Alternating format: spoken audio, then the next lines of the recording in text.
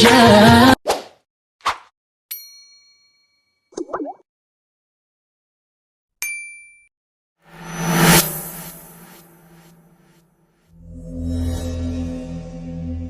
Assalamualaikum warahmatullahi wabarakatuh. Waalaikumsalam warahmatullahi wabarakatuh.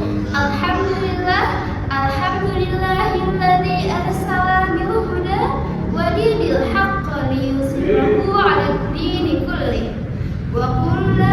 Wa kafa billahi shahida. Assalatu wassalamu ala rasulihi wa sahbihi wa minal ummah amma ba'du. Teman-teman mahasiswa yang saya hormati, yang insya Allah dirahmati oleh Allah Subhanahu wa Ta'ala. Pertama-tama, mari kita panjatkan puji syukur kehadiran Allah Subhanahu wa Ta'ala karena atas nikmat dan rahmatnya kita dapat berkumpul pada majelis yang dirahmati ini. Dan tidak lupa sholawat serta salam kita curahkan kepada Nabi Muhammad Sallallahu Alaihi Wasallam yang menjadi teladan baik sepanjang masa dan adab bagi seluruh umat manusia dengan ucapan Allahumma sholli ala sayyidina Muhammad wa ala ali sayyidina Muhammad. Teman-teman sekalian, sebagai mahasiswa, setiap hari kita disibukkan dengan pekerjaan. Ada yang bekerja dari pagi hingga malam, ada yang sibuk mengejar tugas, ada yang begadang demi menyelesaikan tugas. Kita semua berlomba-lomba menjadi orang yang berilmu dan berguna buat masa depan. Namun, di tengah kesibukan kita, seringkali kita melupakan sebuah hadis yang berbunyi Al-adabu fauqal ilmi. Adab itu lebih tinggi daripada ilmu. Mengapa para ulama dulu meletakkan adab di atas ilmu, teman-teman? Mengapa adab harus lebih tinggi? Mari kita bedah faktanya.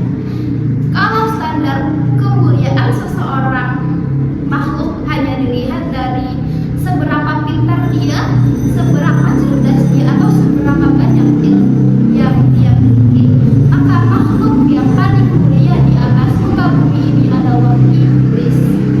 Iblis itu pintarnya luar biasa. Iblis tahu persis tentang ilmu langit, tahu sejarah penciptaan, bahkan tahu dan percaya betul tentang kebesaran Allah Subhanahu wa Ta'ala. Tapi kenapa iblis dilakukan dan diusir dari surga untuk selama-lamanya?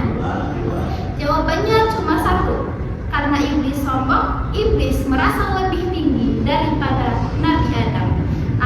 Atau iblis tidak punya adab atau etika.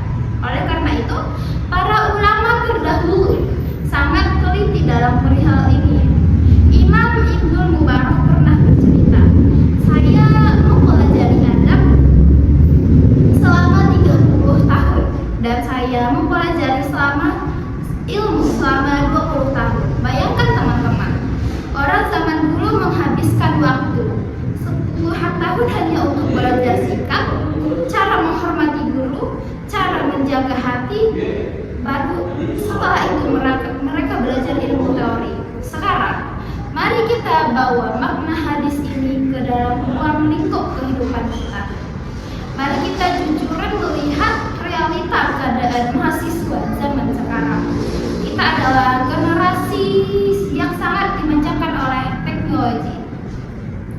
Mau cari referensi tugas tidak perlu jauh-jauh ke perpustakaan.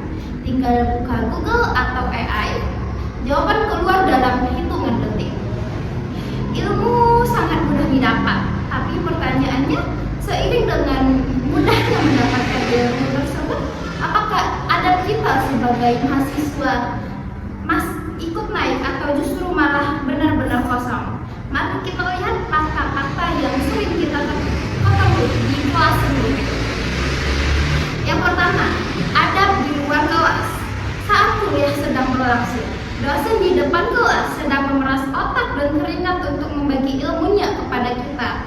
Namun, apa yang dilakukan sebagian mahasiswa di belakang? Mereka asik miringin HP, scroll TikTok, bahkan ada yang lagi main game.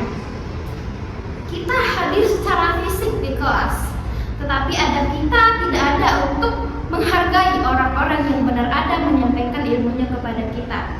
Yang kedua, etika berkomunikasi dengan dosen. Di era digital ini, batasan sopan santun seringkali hancur. Banyak mahasiswa yang kalau menghubungi dosen itu sama sekali tidak tahu waktu, batasnya, dan etika. Mengirim pesan jam 10 malam, jam 11 malam tanpa salam yang benar, tanpa memperkenalkan diri, dan langsung menodong pertanyaan, "Pak, nilai saya kok belum keluar ya?" Atau "Bu, besok kuliahnya masuk atau tidak?" Kita memperlakukan dosen itu seperti asisten yang wajib siaga 24 jam melayani ego kita. Yang ketiga, fenomena dalam kerja kelompok. Ini adalah ujian bagi sesama kita mahasiswa. Kadang ada pembagian tugas kelompok, tapi dia tidak ada, hilang bagaikan ditelan bumi. Di chat di grup tidak balas, di telepon tidak diangkat dengan 1000 alasan sibuk. Tapi begitu tugasnya mau dikumpulkan dan tiba-tiba muncul dengan jurusan andalannya, sorry, baru buka grup, mau nama gue dimasukin ke kamu belum? Nah, ini adalah bentuk nyata dari hilangnya adab dan tanggung jawab menghargai pendidikan teman sendiri. Padahal Allah Subhanahu wa Ta'ala memberikan peringatan yang sangat keras di dalam Al-Quran dalam surat Al-Luqman ayat 18 yang berbunyi, A'udzubillahiminasyaitonirrajim, Bismillahirrahmanirrahim. Wala tusa'ir khaddaka linnasi wala tamshi fil ardi maraha innallaha la tuhibbu kulla mukhtalin fakhur. Yang artinya, dan janganlah kamu memalingkan wajahmu dari manusia dan janganlah berjalan di bumi dengan angkuh. Sungguh Allah tidak menyukai orang-orang yang sombong dan membanggakan diri. Jangan karena kita sudah jadi mahasiswa, kita merasa sudah banyak pengalaman, kadang ego kita menjadi kesombongan. Kita merasa lebih pintar daripada orang tua kita di rumah yang hanya lulus SD. Kita merasa lebih hebat dari dosen kita sehingga kita meremehkan mereka. Padahal Rasulullah SAW diutus ke muka bumi ini untuk misi utamanya adalah untuk urusan adab ini. Beliau bersabda, "Innama bu'atsitu liutammima shalihal akhlaq." Sesungguhnya aku diutus ke dunia ini hanya untuk menyempurnakan kesolehan akhlak. Teman-teman yang dirahmati oleh Allah, ilmu tanpa adab adalah seperti pohon yang tidak berbuah. Dia tumbuh tinggi, daunnya lebat, tapi tidak memberikan manfaat apapun bagi orang di sekitarnya. Malah ilmu yang tinggi tanpa adab yang kuat hanya akan melahirkan orang pintar yang curang, melahirkan koruptor, melahirkan penipu, dan melahirkan orang-orang yang merugikan masyarakat.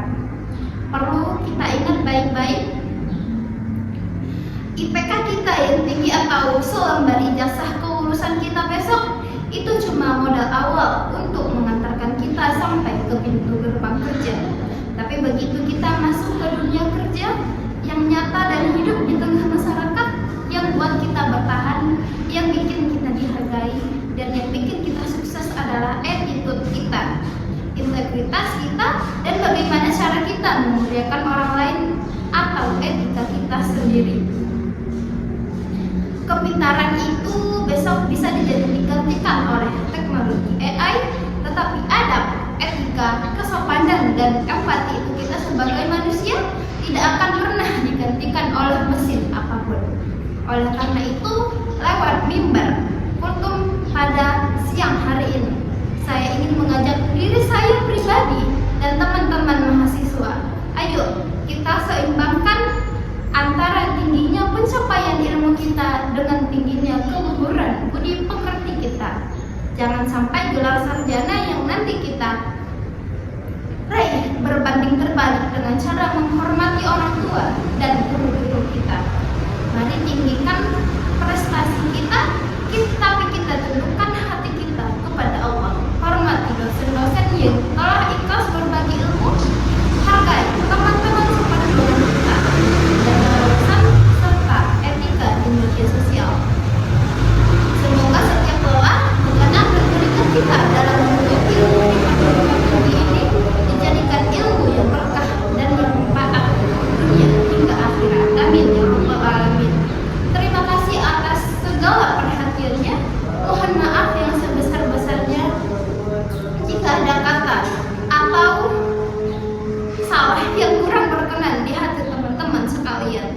yang benar datangnya dari Allah Subhanahu wa Ta'ala, dan yang salah datangnya dari kehilapan saya pribadi.